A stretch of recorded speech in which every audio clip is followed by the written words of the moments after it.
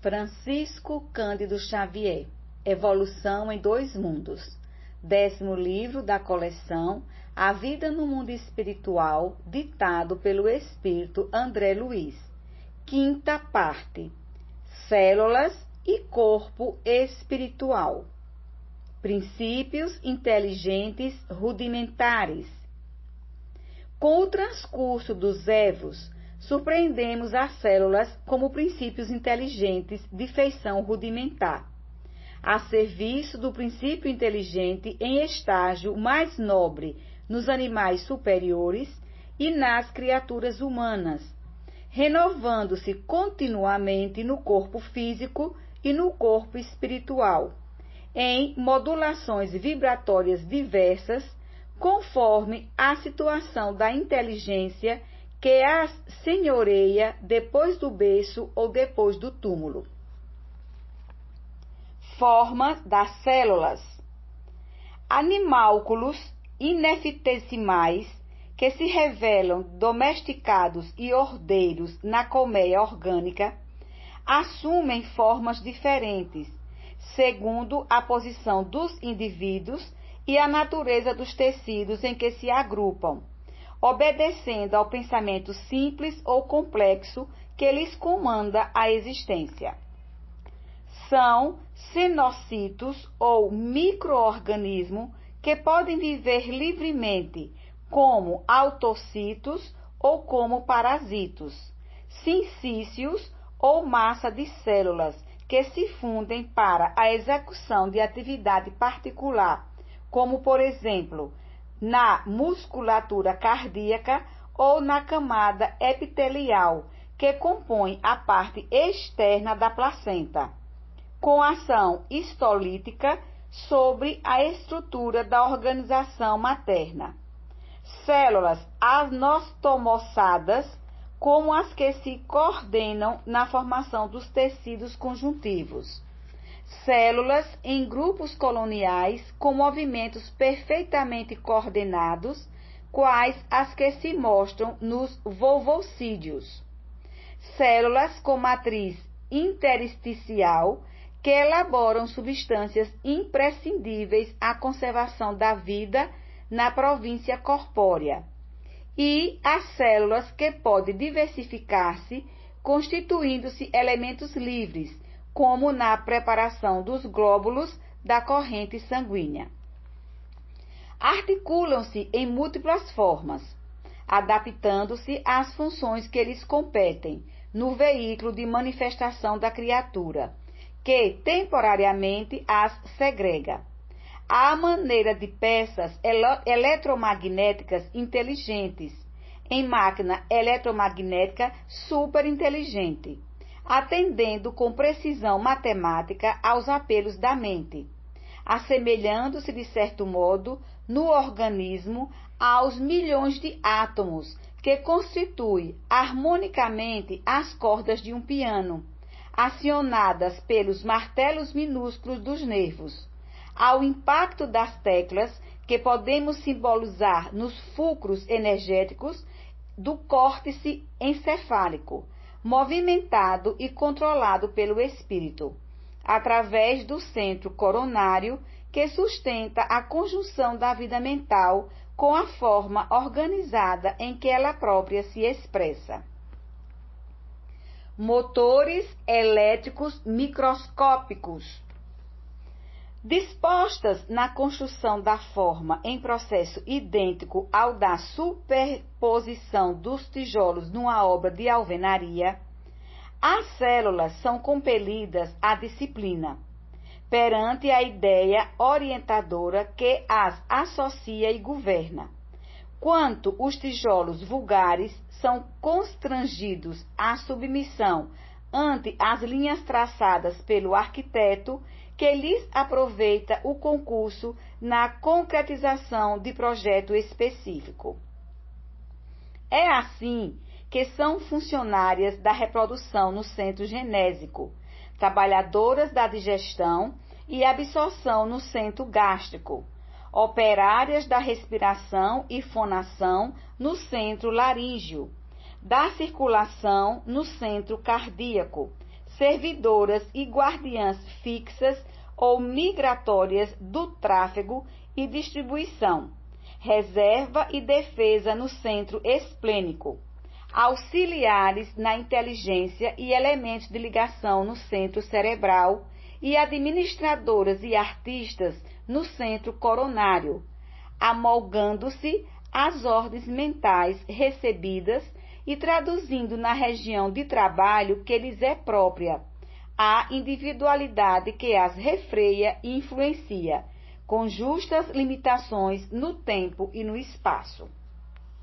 Temo-las desse modo, repetimos, por microscópicos motores elétricos com vida própria, subordinando-se às determinações do ser que as aglutina, e que lhes imprime a fixação ou a mobilidade indispensáveis às funções que devam exercer no mar interior, do mundo orgânico formado pelos líquidos extracelulares, a se definirem no líquido lacunar, que as irriga e que circula vagarosamente. Na linfa que verte dos tecidos, endereçada ao sangue, e no plasma sanguíneo que se movimenta rápido, além de outros líquidos intersticiais característicos do meio interno. O todo indivisível do organismo. Lógico entender, dessa forma, que diante do governo mental, a reunião das células compõe tecidos, assim como a associação dos tecidos esculpe os órgãos, partes constituintes do organismo que passa a funcionar como um todo indivisível em sua integridade, cingido pelo sistema nervoso e controlado pelos hormônios ou substâncias produzidas em determinado órgão e transportadas a outros arraiais da atividade somática, que lhes excitam as propriedades funcionais para certos fins.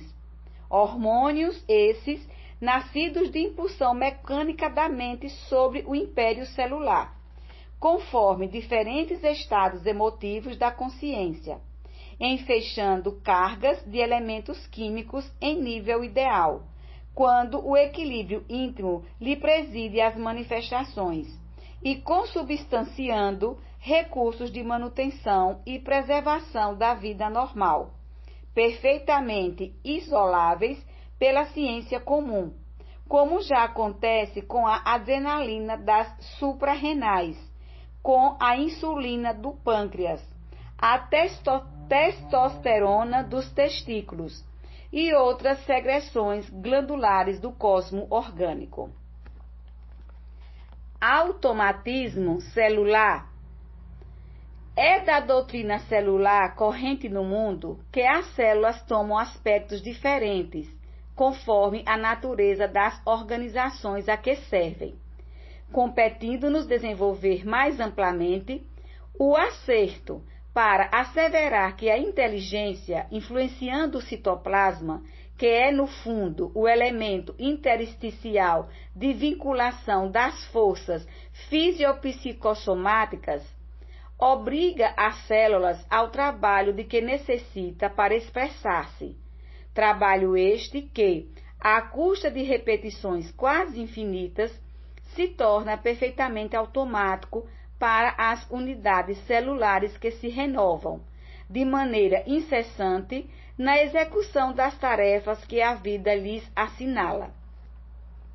Efeitos do automatismo. Perfeitamente compreensíveis nessa base, os estudos científicos que reconhecem os agrupamentos colaboracionais das células especializadas, através da cultura artificial dos tecidos orgânicos, em que um fragmento qualquer desses mesmos tecidos, seja da epiderme ou do cérebro, permanece vivo por muito tempo quando mergulhado em soro, que, cuidadosamente imunizado e mantido na temperatura correspondente à do corpo físico, acusa uma vida intensa. Decorridas algumas horas, os produtos de excreta intoxicam o soro, impedindo o desenvolvimento celular. Mas, se o líquido for renovado, continuam as células a crescer no mesmo ritmo de movimento e expansão que lhes marca a atividade do edifício corpóreo. Todavia, fora do governo mental que as dirigia, não se revelam iguais às suas irmãs em função orgânica. As células nervosas, por exemplo, com as suas fibrilas especiais, não produzem células com fibrilas análogas, e as que atendem nos músculos aos serviços da contração se desdiferenciam, regredindo ao tipo conjuntivo. Todas as que se ausentam do conjunto estrutural do tecido inclinam-se para a apresentação morfológica da ameba, segundo observações cientificamente provadas. Isso ocorre porque as células, quando ajustadas a um ambiente orgânico, demonstram o comportamento natural do operário, mobilizado em serviço sobre as ordens da inteligência, comunicando-se umas com as outras, sob o influxo espiritual que lhes mantém a coesão, e procede no soro quais amebas em liberdade para satisfazer aos próprios impulsos. Fenômenos explicáveis. Dentro do mesmo princípio de submissão das células ao estímulo nervoso, é que a experiência de transplante dos tecidos de embriões entre si, com alguns dias de formação, pode oferecer resultados surpreendentes, de vez que as células orientadas em determinado sentido, quando enxertadas sobre tecidos em regime de monstruosidade, obedecendo a determinações especializadas, resultante das ordens magnéticas de origem que saturavam essas mesmas células.